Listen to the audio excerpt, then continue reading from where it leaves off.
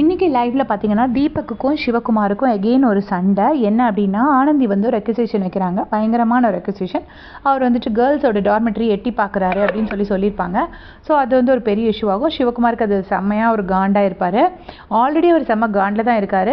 ஏன்னா நேற்றுக்கு வந்து அந்த க்ளீனிங் டாஸ்கில் அவர் வந்து ஷேக் பண்ணி பாலை விட்டுருப்பார். ஸோ தீபக் வந்து அவர் கத்திருப்பார், ஒழுங்காக பண்ண தெரியல அப்படின்னு சொல்லி கத்திருப்பார். ஸோ ஆல்ரெடி தீபக் மேலே காண்டில் இருப்பார்.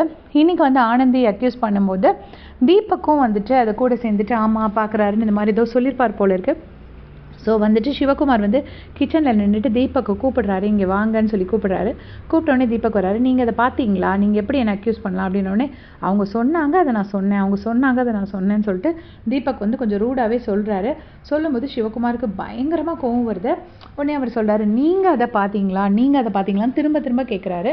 கேட்டுட்டு இனிமேல் இப்படி இந்த மாதிரி சொல்கிற வேலையெல்லாம் வச்சுக்காதீங்க அப்படின்னு சொல்லிட்டு சிவகுமார் சொல்கிறாரு. அவரும் கொஞ்சம் மிரட்டுற டோனில் தான் சொல்கிறாரு.